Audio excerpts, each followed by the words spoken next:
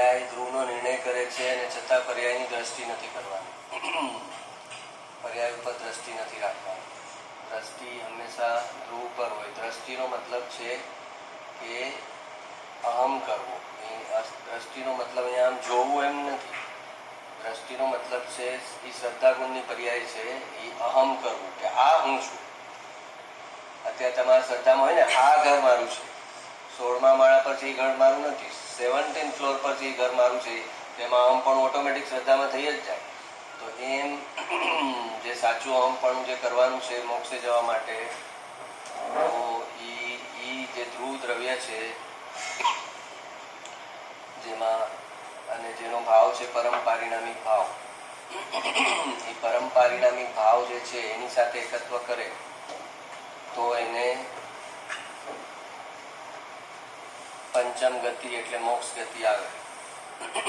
ઉદય ભાવ, ઉપશમ ભાવ, ક્ષયોપશમ ભાવ અને ક્ષાયિક ભાવ, એ 4 ભાવ છે એ પર્યાયના ભાવ છે. ઉદય ભાવ, ઉપશમ ભાવ, ક્ષયોપશમ ભાવ અને ક્ષાયિક ભાવ, આ 4 ભાવ છે એ પર્યાયના છે. અને જે પરમ પારિણામિક ભાવ છે એ દ્રવ્યનો છે. અને દ્રવ્યનો જે ભાવ છે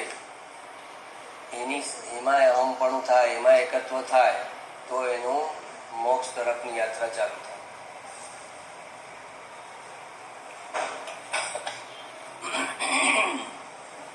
પર્યાયના 4 ભાવ ક્યાં કીધા?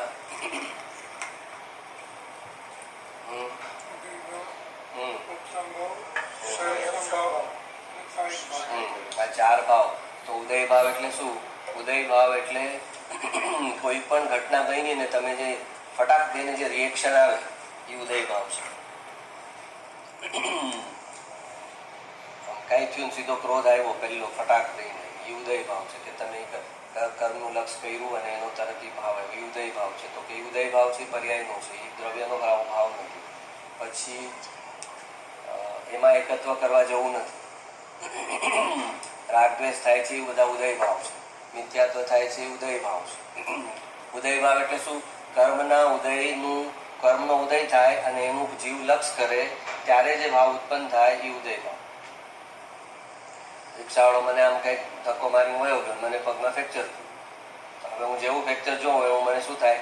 આ રિક્ષાવાળો જો, આ રિક્ષાવાળા આવા જ હોય છે, આ જોયા વગર ચલાવે નહીં ને બીજા મારે ભોગવવું પડ્યું. તો તારે રિક્ષાવાળાને કારણે ભોગવવું પડ્યું કે તારા અસાતા વેદનાના ઉદયથી ભોગવવું પડ્યું? તો ઉદય ભાવમાં હંમેશા નિમિત્ત ઉપર દ્વેષ હોય, કા નિમિત્તનો રાગ હોય. એના થકી સારું થયું, ઓ આણે મને બચાવી લીધું, દુખતો તોનો બચાવી લીધો, તો એના પર એને રાગ થાય ઉદય ભાવમાં. અને નહીંતર ઉદય ભાવમાં દ્વેષ થાય. તો કે જે ઉદય ભાવ છે એ પર્યાયનો ભાવ છે અને એમાં તારે એકત્વ કરવાનું નથી.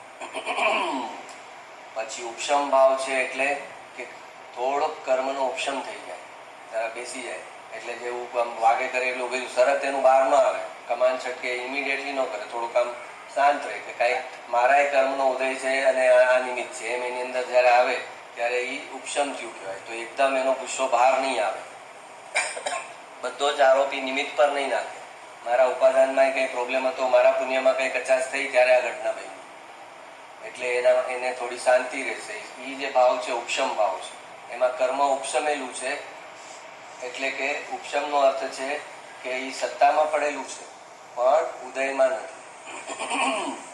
ઘણી વાર આપણને કોઈ પ્રત્યે અનબન હોય કે એની પ્રત્યે આપણને ગુસ્સો પણ હોય, પણ આપણે કોઈના લગ્નમાં ગયા ત્યાં સામે આવે તો આપણે ત્યાં એના પર ગુસ્સો કરીએ? ન કરીએ. અંદર ગુસ્સો હોય તો પણ ન કરીએ. તો એ કહેવાય ઉપશમેલું છે. અને જેને ઉપશમેલું ન હોય તો ઉપશમેલું ત્યાં લગ્નમાં કહે કે આ શું બધું તમે આ તો, અરે ભાઈ અહીંયા લગ્ન છે કોઈના, અહીંયા નહીં. હા,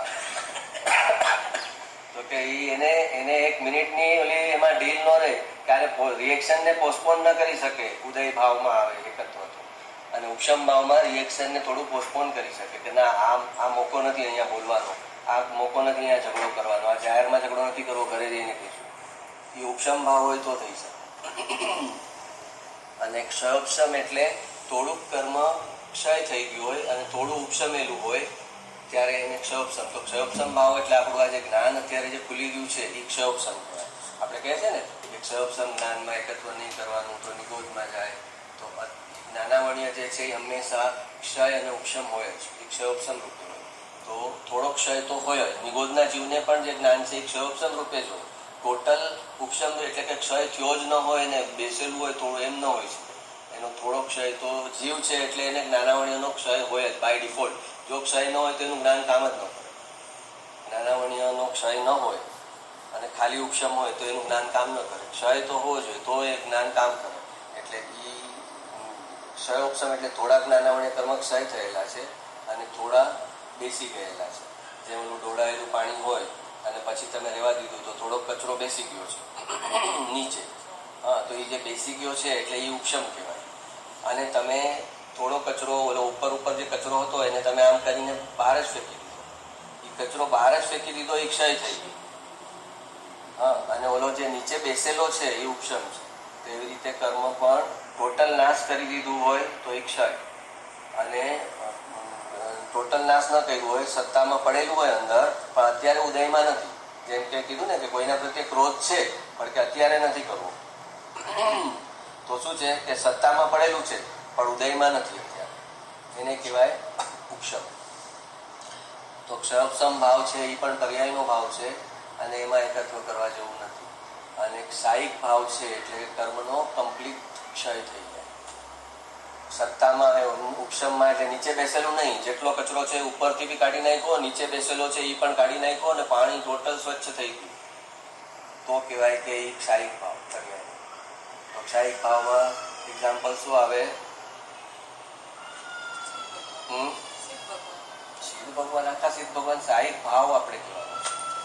ક્ષાયિક ભાવમાં શું કહેવાય?